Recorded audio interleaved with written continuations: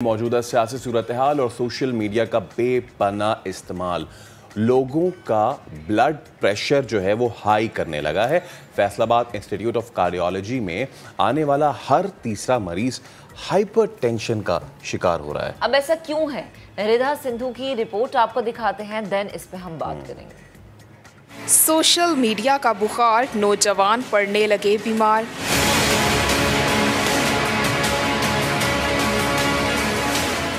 Faisalabad institute of cardiology में ज़ेरे इलाज इमरान को दिन रात मोबाइल फ़ोन पर सोशल मीडिया का चस्का दिल के मर्ज में मुब्तला कर गया। मैं मोबाइल का बहुत ज़्यादा यूज़ करता था। अक्सर का तो ये होता था कि सुबह के 3-4 बज जाते, उसकी वजह से फिर आहिस्ता आहिस्ता मेरे सर में दर्द, पट्ठों में खिंचाव, नींद जो थी वो रात को तकरीबन ख़त्म हो गई। मुझे नींद की टैबलेट इस्तेमाल करनी पड़ती थी।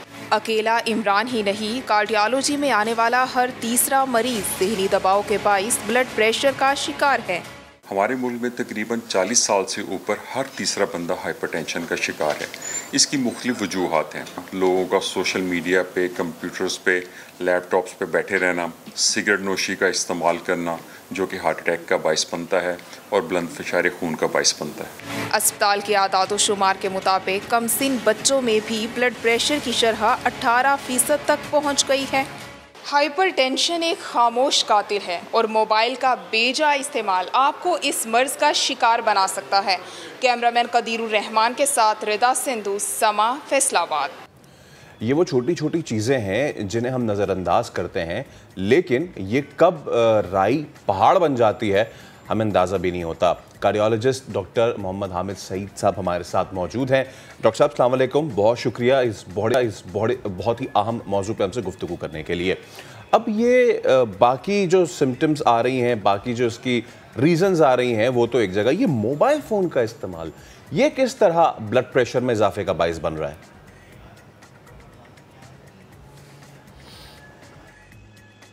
मोबाइल फ़ोन का बेजा इस्तेमाल से ब्लड प्रेशर में डेफिनेटली इजाफा हो जाता है। इसकी वजह यह है कि एक तो सोशल मीडिया के आने के बाद लोग अपना ज़्यादा वक्त एक्सरसाइज की बजाय बैठने के ऊपर स्पेंड करना शुरू कर दिया। ज़्यादा वक्त बैठने से मोटापा और फिर जो मेंटल स्ट्रेस आना शुरू हो जाता है, जहनी दबाव आने लग जाता है, मुख्तलिफ लोगों की मुख्तलिफ राय होने की वजह से, तो आपको उससे ब्लड प्रेशर बढ़ता है। ख़ासतौर पे जिन लोगों का ब्लड प्रेशर पहले ही ज़्यादा हो, जब वो बात करना शुरू करते हैं, ख़ासतौर पर जब ज़हनी दबाव में आकर बात करते हैं, तो उस वक्त 10 डिग्री तक ब्लड प्रेशर बढ़ जाता है जो अगले कई मिनट तक बढ़ा रहता है। सही है। इसी तरह बच्चों के अंदर जो 14 घंटे से ज़्यादा एक हफ्ते के अंदर अपना टाइम सोशल मीडिया पर गुजारते हैं, उनका ब्लड प्रेशर दूसरे बच्चों की निस्बत बढ़ना शुरू हो जाता है।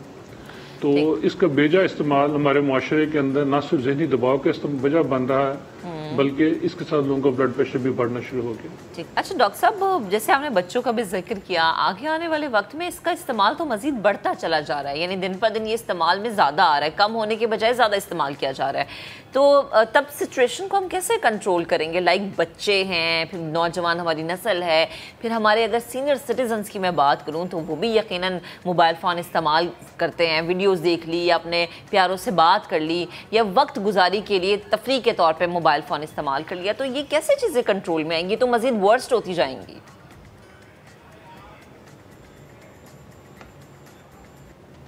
जी, ये वक्त आप बिल्कुल ठीक फरमा रहे हैं। इसका वक्त के साथ साथ इसका वर्ष होना शुरू हो गया है।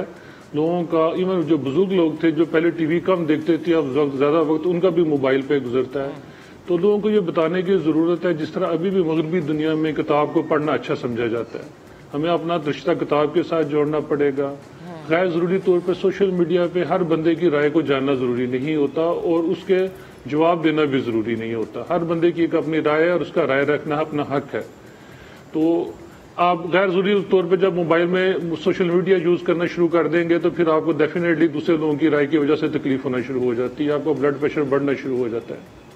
इसी तरह सोशल मीडिया पर एक जिम्मेदारी है जो कि बहुत से लोग अदा कर रहे हैं कि आपको एक दिन में कितनी देर इसे इस्तेमाल करना चाहिए। इसी तरह लोगों को बाकायदा एक्सरसाइज के लिए टाइम निकालना, वर्जिश करें ताकि मेंटली रिलैक्स हों। खाने पीने के अंदर ऐसी चीज़ें इस्तेमाल ना करें। अगर आप बैठे हैं और आप ऐसी चीज़ें खा रहे हैं जैसे ये फ्राइज़ हो गए या ये ब्रोस्ट या ये इस तरह की चीज़ों के साथ, ना सिर्फ आपका वजन बढ़ना शुरू हो जाएगा बल्कि आपका ब्लड प्रेशर भी बढ़ना शुरू हो जाएगा। इसके अलावा जो सबसे अहम चीज़ है कि गैर ज़रूरी तौर पे लोगों के साथ बहस करना, बल्कि कुरान की एक आयत है जो अहले जहन्नम कहेंगे वकुन्ना नखूज़ु मअल ख़ाइज़ीन, कि हम हर फजूल बहस करने वाले के साथ बैठकर बहस किया करते थे।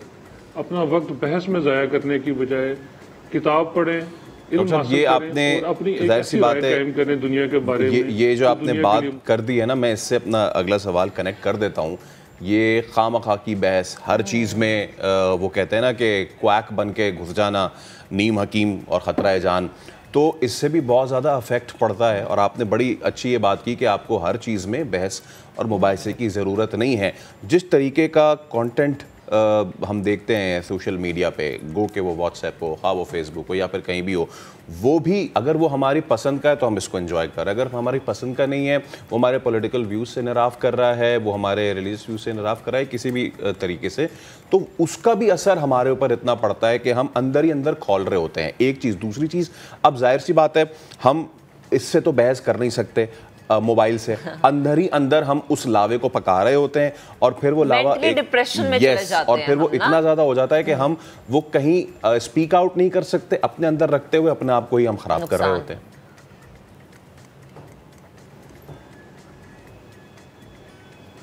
जी बिल्कुल, और इख्तलाफ राय की वजह से हम अपने प्यारों से भी दूर होना शुरू हो गए। अभी तक हम लोग ज़हनी तौर पे इतने बालिग नहीं हो सके कि ये समझ सके कि आज़ादी राय का हक हर शख्स को हासिल है।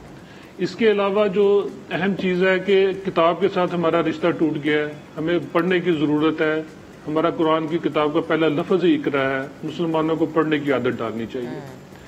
इसके अलावा हमें ये भी ख्याल करना चाहिए कि खुद मोबाइल फ़ोन जब हमने आराम करना हो साइलेंट पे कर दें, ऑफ कर दें। नमाज पढ़ने जाएं तो मोबाइल फ़ोन को ऑफ करें या साइलेंट के ऊपर लगा कर रखें।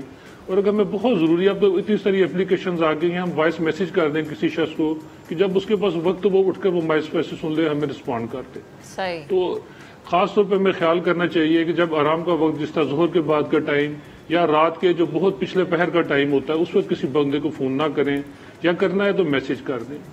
ठीक है, बहुत हमारे प्यारे लोग होते हैं, कुछ लोग जिम्मेदार होते हैं, हम उस हर बात का जवाब देना जरूरी भी समझते हैं, लेकिन हमारा भी फर्ज है कि हम किसी शख्स की जाती जिंदगी का भी ख्याल रखें। जब तक हम एक दूसरे की जाती जिंदगी का ख्याल नहीं रखेंगे, हमारे खूबसूरत मुआशरा नहीं बन सकता। बिल्कुल। अच्छा डॉक्टर साहब, माशाल्लाह आपकी एक्सपर्टीज है, प्लीज जो देखने वाले स्पेशली जो पेरेंट्स हैं उनकी आसानी के लिए बताएगा कि एक बच्चे के लिए स्क्रीन टाइम कितना होना चाहिए, एक एडल्ट के लिए स्क्रीन टाइम कितना होना चाहिए, या जो हमारे सीनियर सिटीजन्स हैं जैसे हमारी प्यारी दादी होती हैं, नानी होती हैं, हमारी माँ होती है, हमारे अब्बा हैं, उनके लिए स्क्रीन टाइम कितना होना चाहिए कि ना आप उससे एक्सीड करें और ना आप मेंटली डिप्रेशन में जाएं?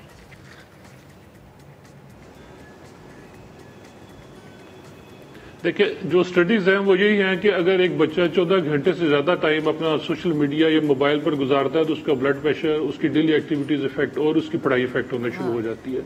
तो आप कोशिश करें कि बच्चों को 15-20 मिनट से लेकर आधे घंटे से ज़्यादा फ़ोन का इस्तेमाल ना करें, और बड़े भी कोशिश करें कि इससे ज़्यादा टाइम ना फ़ोन के ऊपर इस्तेमाल करें। सोशल मीडिया का इससे ज़्यादा इस्तेमाल, क्योंकि जब वो 14-15 घंटे एक हफ्ते से ज़्यादा होना शुरू होगा तो आपकी ज़ाती ज़िंदगी और आपकी सोशल लाइफ को इफेक्ट करना शुरू करते हैं। ठीक है, ठीक है डॉक्टर साहब, बेहद शुक्रिया, आप हमारे साथ मौजूद थे, गुफ्तगू कर रहे थे। और अगेन वही बात, अगर आप अपने मोबाइल का इस्तेमाल कम करेंगे तो यकीनन आपके बच्चे हैं या आपके घर में दीगर लोग हैं वो भी मोबाइल का इस्तेमाल उतना ज़्यादा नहीं करेंगे। फैसल, जैसे मैं अपने घर में देखती हूँ कि जैसे मेरा बेटा ना, अगर मैं मोबाइल इस्तेमाल करूँगी, ही इज़ जस्ट 5 months माशाल्लाह, तो वो क्या करता है, वो पकड़ने की कोशिश कर रहा है, वो लाइट उसको अट्रैक्ट करती है। तो आप ये रूल बनाएं कि मियाँ बीवी जब घर में हैं, गुफ्तगू कर रहे हैं, तो मोबाइल को साइड पे रख दें, बच्चों को टाइम दें।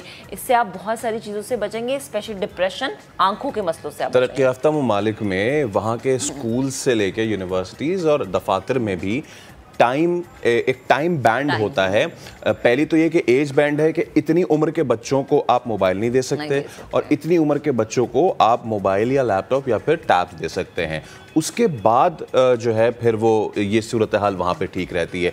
हम इस तरह की पॉलिसीज़ कैसे लाएंगे? क्या सिर्फ ये गुफ्तगू कर लेना काफ़ी है, या फिर इस पे जो हुक्काम बाला हैं उनको बैठ के सोचना चाहिए कि वैसे ही हमारे मुल्क में जो सूरत हाल इतनी ख़राब है, और क्या अब हम अपने लोगों को एक अच्छी चीज़ के इस्तेमाल करने के बजाय उस अच्छी चीज़, अच्छी टेक्नोलॉजी को इस्तेमाल करके अपने आप को जो है वो ब्लड प्रेशर का मरीज बना लेंगे, सोचना पड़ेगा। एक और चीज़ मैं यहाँ पे ज़रूर ऐड करना चाहूँगी। एक्चुअली ये अब हमने एक ट्रेंड बना दी कि मोबाइल इस्तेमाल करना है आपने टिकटॉक देखने के लिए, इंस्टाग्राम यूज़ करने के लिए, सोशल मीडिया के दीगर प्लेटफॉर्म्स को यूज़ करने के लिए।